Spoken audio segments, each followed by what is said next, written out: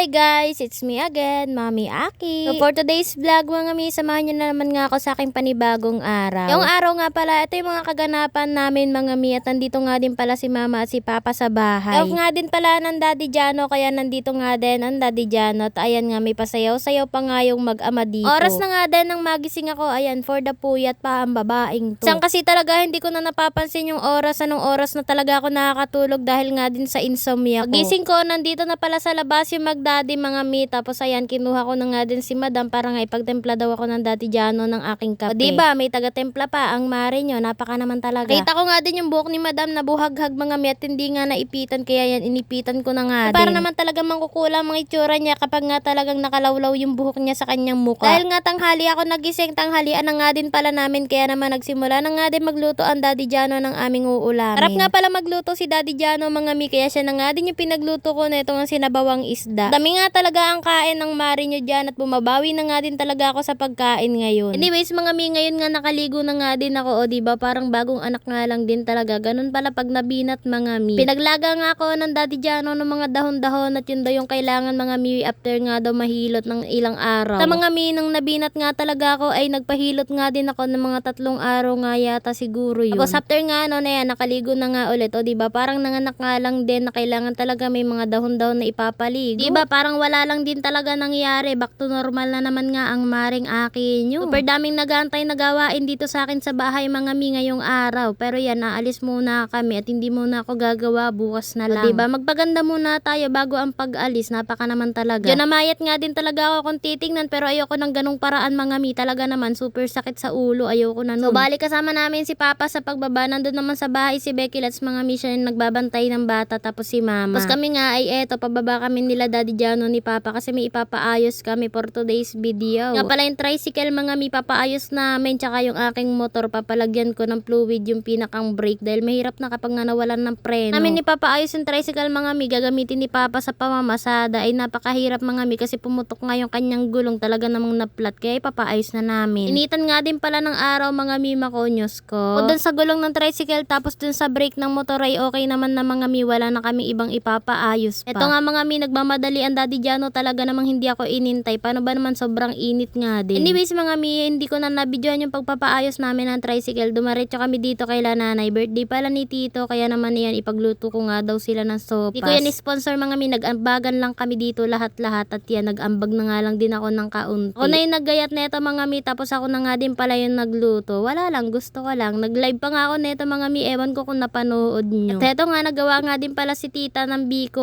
o yung kalamay kung tawagin sa amin dito, kalamay na bigas. Sabi ko nga sa kanya, ibibidyoan ko yung paghihiwa niya mga mi, at sabihin ko nga sa aking video yung isang piraso neto ay 25 pesos. Charis! Grabe naman kamahal, 25 pesos ang isang piraso neto, baka hindi na kami sa langit pumunta, sa impyerno na talaga. Charis! Sensya na nga din kayo ngayon sa aking voice over. Paano ba naman, sinisipon at inuubo ang babaeng to, o diba talagang natuluyan na. Habang sila yung nag-aasikaso doon, ako naman ay nagluluto. Nyos ko mga mi, wag nyo nang pansinin yung aking itsurahan dyan. Paano ba naman, super mausok din talaga. Sabi, dito nga lang talaga ako napapaiyak sa usok tsaka sa paghihiwa ng sibuyas mga mi. Super hirap kapag nga ganito yung kalan ninyo. Ang aming gato nga pala dyan ay bao, tsaka mga mi, yung palapa ng niyog ba yun? Yung ano, basta yun na yun. Na talagang mausok. Mabuti na nga lang din, sanay naman ng maring akin nyo sa ganyan. Talaang talaga ngayon ay nahihirapan nga ako mga mi kasi mabilis nga akong napagod. Alam nyo naman yun, kapag nabinat, ang bilis ng mapagod. Ito nga, tinetemplahan ko na nga din pala mga mare etong aking sopas na niluluto. Nag-live na ako niyan mga mi, hindi na lang naipakita sa video kasi nga gamit ko din sa pagla-live, o diba? Mga kayo nagluluto dyan, nakikipagchismisa naman nga ang maring akin nyo. Kasama yan mga mi sa pagluluto. Ayan nga, nagdagdag na nga din pala ako ng isang buong magic sarap. Okay na yun. O mga mi, kung may budget nga lang din talaga ako, ipaghahanda ko nga talaga si Tito dahil nga 43 na siya ngayon, o diba? So wala nga kaming budget lahat. Alam niyo naman ang mari nyo, yung sahod ko hindi lang sa akin sa sarili ko kundi sa mga bata. Tapos mga mi, ako pa ay may hinuhulugan. Mahirap